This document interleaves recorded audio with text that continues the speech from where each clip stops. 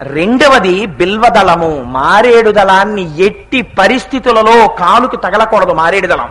మారేడు దళంలో లక్ష్మీదేవి ఉంటుంది. శ్రీ సూక్తంలో చెప్తారు, ఆదిత్య వర్ణే తపసోధి జాతో వనస్పతే వృక్ష అని ఆ శ్రీ సూక్తంలో మంత్రంలో చెప్తున్నాం కదా మనం. అందులో అమ్మవారు తన కుడి చేతితో సృష్టించింది ఆ మారేడు చెట్టుని. సృష్టించి దానికి ఒక గొప్ప వరం ఇచ్చింది, నువ్వు పువ్వు పుయ్యకుండా పండు పండుతావు అంది. అందుకే మారేడు చెట్టుకి మారేడు పువ్వులు ఉండవు, మారేడు దళాలు, మారేడు పళ్ళు. మారేడు ఫలాన్ని శ్రీఫలము అని అంటారు, అది లక్ష్మీ ఫలం. అందుకని మారేడు చెట్టుకి మారేడు దళానికి ఒక వింతైన లక్షణం ఉంది. మీరు ఎప్పుడైనా ఐశ్వర్యానికి కటకటలాడిపోయి మీకు కష్టం వచ్చిందనుకోండి, మరి నేను ఇది సభాముఖంగా చెప్పచ్చో చెప్పకూడదో నాకు తెలియదు, కానీ ఉన్న మంచి విషయం కాబట్టి చెప్తున్నాను. మారేడు దళానికి కింద ఈనెలు ఉంటాయి.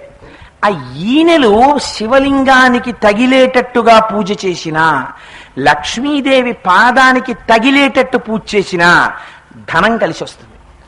మారేడు దళాన్ని ఇటు తిప్పితే, బోర్లా మారేడు దళం వేశారనుకోండి, శివలింగానికి తగిలితే జ్ఞానం వస్తుంది. ఆ మారేడు దళానికి కింద ఉన్నటువంటి ఈయనే లక్ష్మీ స్వరూపం.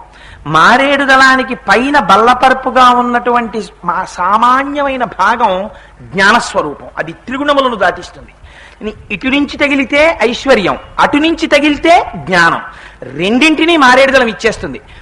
చిత్రం ఏమిటో తెలుసా అండి, ఆ లక్ష్మి అమ్మవారికి పరమశివుడికి ఒకరితో ఒకరికి ఎంత గొప్ప అనుబంధమో చూడండి.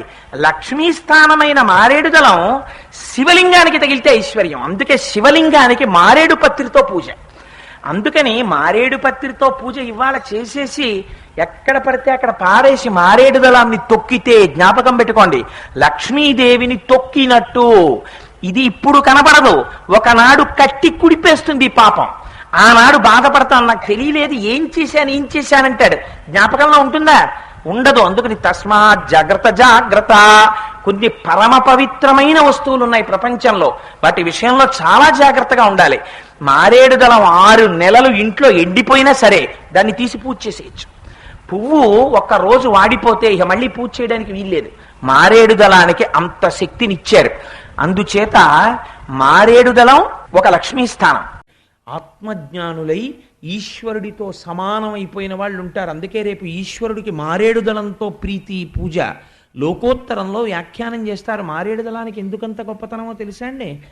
మారేడు దళానికి 3 ఆకులు ఉంటాయి, ఇటొక ఆకు ఇటొక ఆకు ఇటొక ఆకు ఉంటాయి. కానీ ఒకటితో పిలుస్తారు, ఒక దళము అంటారు. 3 ఆకులు అనరు, ఒక దళము అంటారు.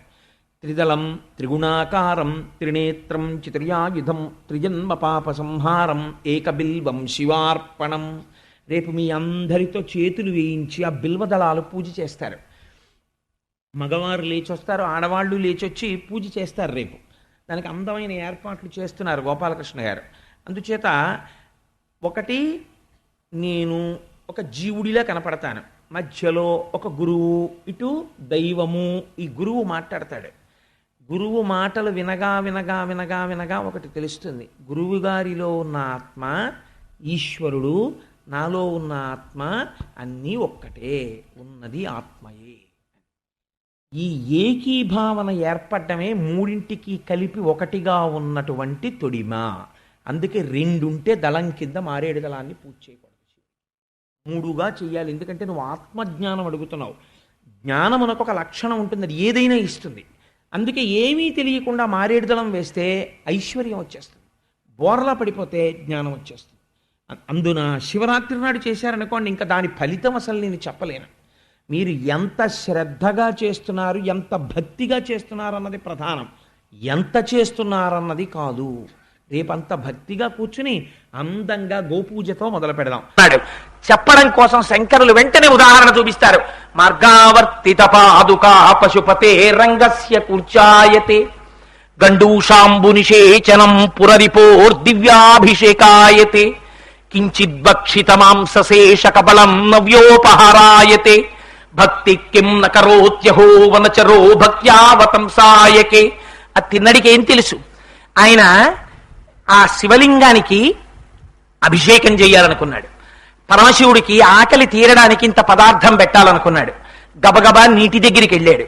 ఆ నీటిని అప్పటికే శంకరుడికి పెట్టడం కోసమని బాగా కాలి రుచికరంగా ఉన్నటువంటి పంది యొక్క శరీరంలో ఉన్న మాంసఖండాన్ని ఎంచుకోవడం కోసమని 4 మాంసం ముక్కలు కొరికి చూసి తన లాలాజనంతో కూడినటువంటి ఎంగిలైన మాంసం ముక్కనొక దాన్ని ఎడంచేత్తో పట్టుకున్నాడు, ధనస్సు పట్టుకున్నాడు. ఇంకా పట్టుకోవడానికి ఒక చిన్న పాత్ర కూడా నీళ్లతో పట్టుకోవడానికి ఉన్నవి 2 చేతులు 2 ఉన్నాయి.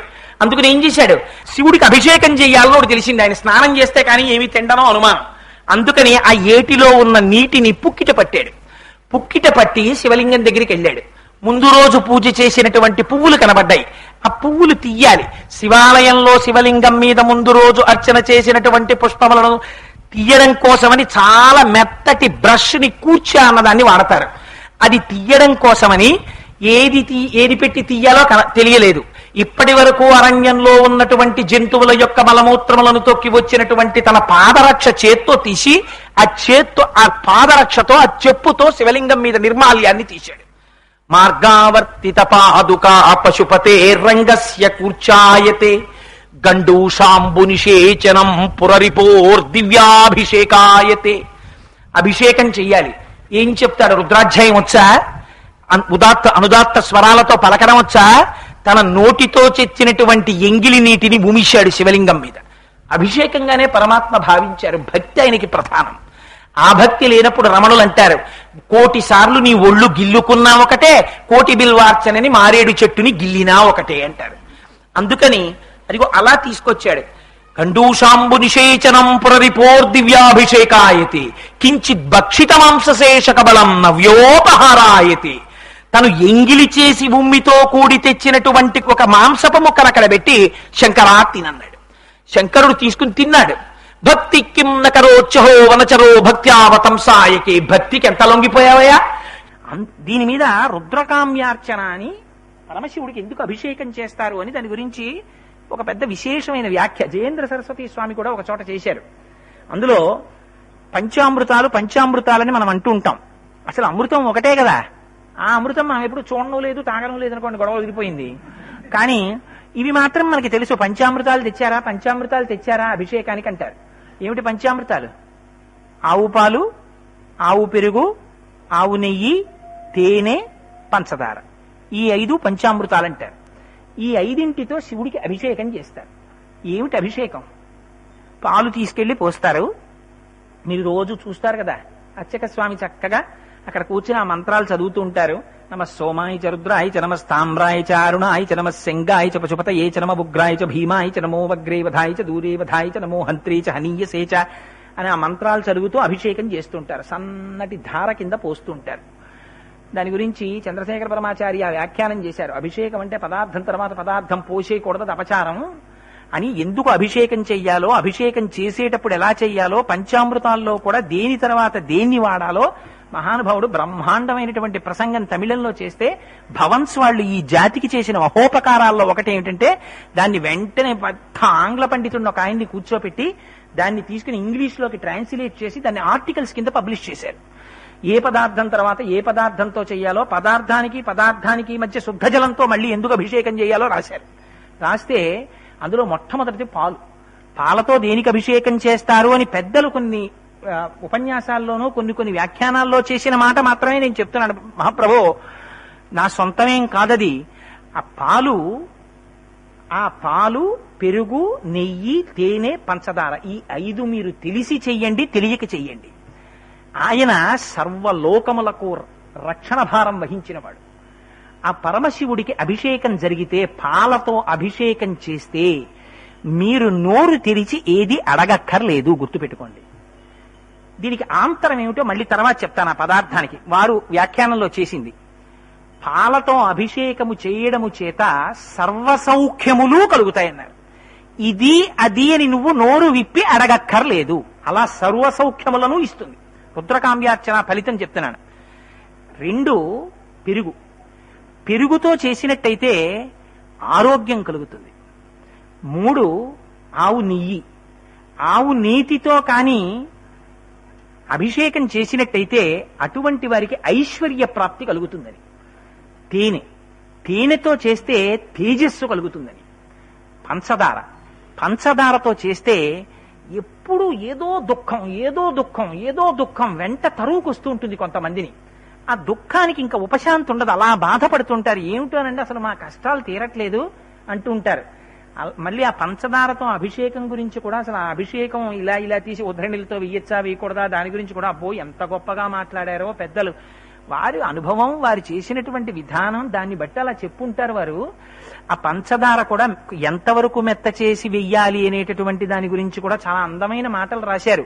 వారు పెద్దలు అనుభవించినవి అని నమ్మి చెప్తున్నాను అంతే నేను. అందుకని ఆ మెత్తటి పంచదారతో అభిషేకం చేస్తే దుఃఖ నివృత్తి. ఎటువంటి దుఃఖం కూడా పరమాత్మ అనుగ్రహం కలిగిందా తీసేస్తారని. ఇవి 5 మీకు బాహ్యమునందొచ్చేటటువంటి ఫలితాలు.